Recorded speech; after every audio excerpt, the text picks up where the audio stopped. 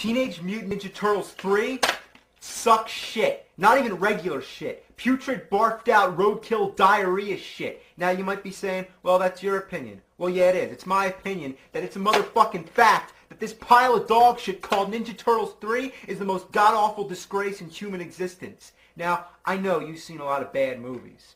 But, no, let me tell you, this movie is bad. Like, how bad? Like, is it the worst of the Turtles trilogy?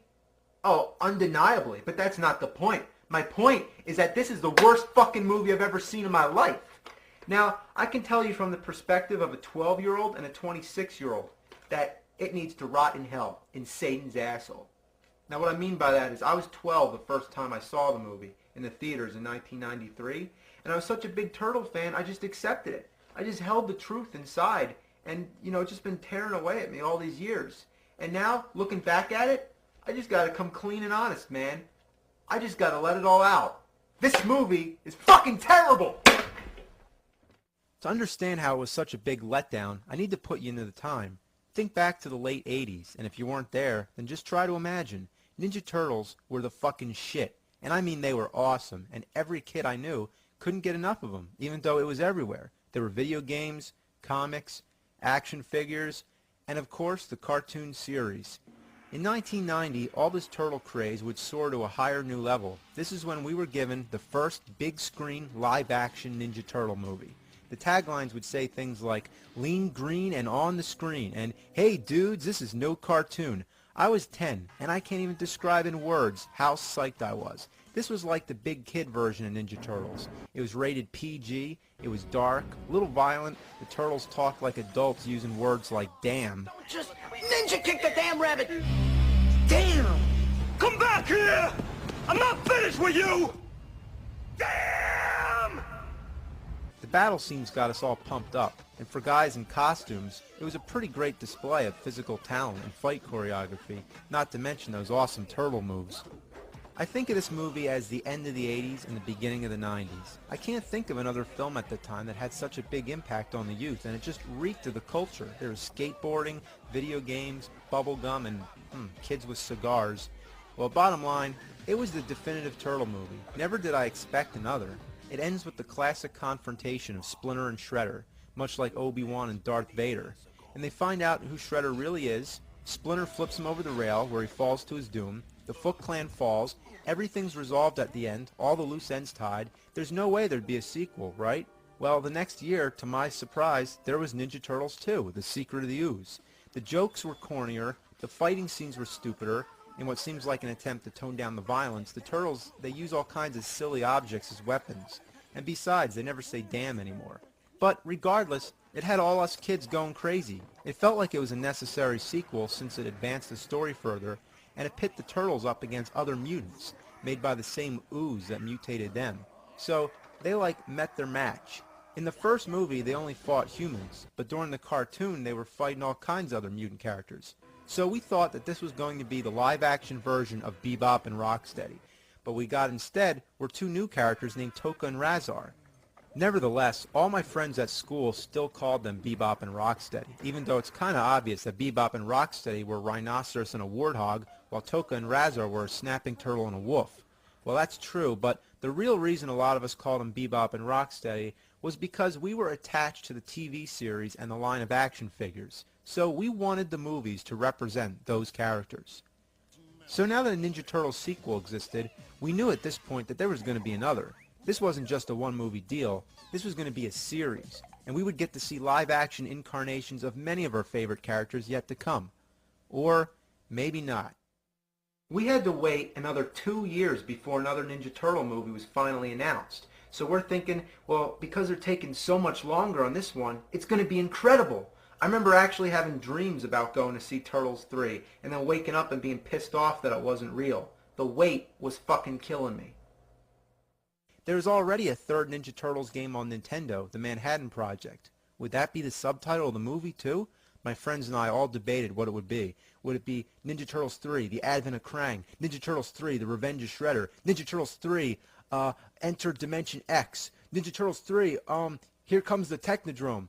Well, no, we were far off. It was like landing on the zero in roulette. everyone fucking loses. The movie had no subtitle at all. While today, whenever I bring up the film, often people insist that there was a subtitle, Turtles in Time. But to clear that up once and for all, Turtles in Time was the name of the video game, and it had nothing to do with that awful movie. Yes, in the movie they go back in time, but it's to ancient Japan, while in the game they go back to several different times, as well as the future. It was the second Turtles game in the arcade, and it was also on Super Nintendo, known as Turtles 4. But back to my question, why was there no subtitle in the movie? They subtitled the last movie. Well, I have an answer. Look under that title. You see that blank, empty space?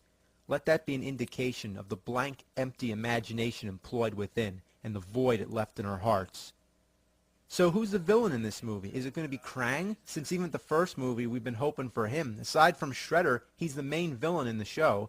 So will it be A, Krang, B, Baxter Stockman, C, the Rat King, D, Leatherhead, E, all the above? Well, the answer is none of the above. The answer is just a big fuck you to all the kids who are waiting so anxiously to see their favorite characters on the big screen. Then you think, well, Shredder's got to be in it, right? Nope, not even him. Well, there's even more reason to bring him back, because at the end of Turtles 2, Shredder uses the last vial of ooze to turn himself into Super Shredder. Now, Super Shredder was awesome, because he was like a monster, but you only see a little bit of him since he's under the dock, all shrouded in darkness. There's no way the Turtles can even fight him. Remember back to the first movie? They couldn't even beat regular Shredder. Splinter had to take him out. And at this time, in an anticlimactic end, Shredder does himself in by ripping apart the dock. Now, think about this. Would he really die by having a dock collapse on him? In the first movie, he falls into a garbage truck. Casey Jones activates the compactor and crushes the fuck out of him. Now, he comes back in the second movie alive and well. Now, if he can survive that, why can't he survive some falling beams of wood? And besides, this time he's Super Shredder. Wouldn't you have liked to see Super Shredder come back in Turtles 3? Well, that's what I was hoping for, but too bad. Make way for this samurai and this guy on a horse. Yeah, these are our villains of Turtles 3. Norinaga and Walker. I've never heard of them before. Now, you have this huge stockpile of memorable villains from the comics, the TV series, the video games, the action figures, all that, and they just go ahead and bring in two uninspired, stereotyped, mediocre villains. I mean, come on! This is the best they could come up with? Are you shitting me up the ass? And you might say, well, Shredder can't be in it because it takes place in ancient Japan. Well, you know what? That's my fucking point. The movie shouldn't have taken place in ancient Japan. Like, wow, that's original, isn't it? That's never been done a million times already.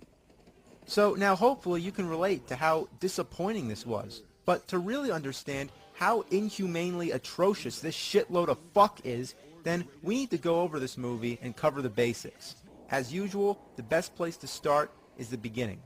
The first two movies open in New York City, which worked really well. It puts you into the right atmosphere, you get a sense of the environment, the crime that's going on, and it just builds up to the Turtles' first appearance. Seeing the movies as a kid, it was like, they're coming, any minute. But the third movie begins in ancient Japan, and you know that at this point, it doesn't have anything to do with the Turtles yet. You're just watching some pointless scene with samurais on a horse. Do you feel like you're watching a Ninja Turtles movie? No, you don't. You feel like you're watching some cliché samurai movie. I mean, come on. Could this be any more stock? Maybe if they made it take place in the Old West instead and they began with a train robbery. That's the only way it could be more shallow. Then what happens? It uses a subway train as a transition, like we've never seen that, and it cuts to the sewers. And of course, now the Turtles abruptly show up, but take a look back to how the last two movies reveal them. In the first Turtle movie, we don't see them right away. First, we see a weapon smash out the streetlight, which we can identify as Raphael's sai. Then we see nothing but darkness, but we can hear the Turtles beating up the bad guys. Next, we see a little glimpse from the sewer hole. Then we see their shadows. And we know at this moment that right when they come around that corner, we are about to see for the first time the live-action Teenage Mutant Ninja Turtles on the big screen. But no, wait. In mid-jump, the title screen comes up, and then the suspense is delayed even further. Come on. Come on. Yeah, look at that. It's awesome. Totally radical. Now that's how you do it. Now let's take a look at the second movie now. It's a little more abrupt, but it works in a different sort of way. This one doesn't rely on suspense, or at least not in the same way. You can say that you're already in suspense as soon as the movie begins. I know I was. I mean, you're thinking, come on, where's the turtles? Who's this guy fighting the bad guys? We don't want him, we want the turtles. And then when those thugs all gang up on him, we know he's in deep shit.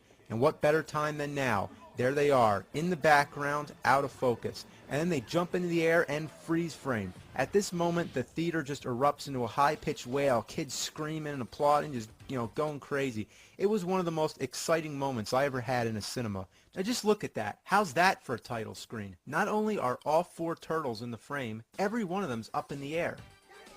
Now, how's the third movie begin? Well, the turtles just come in dancing to ZZ Top. No build-up, no scenario, no creativity, no fucking thought whatsoever.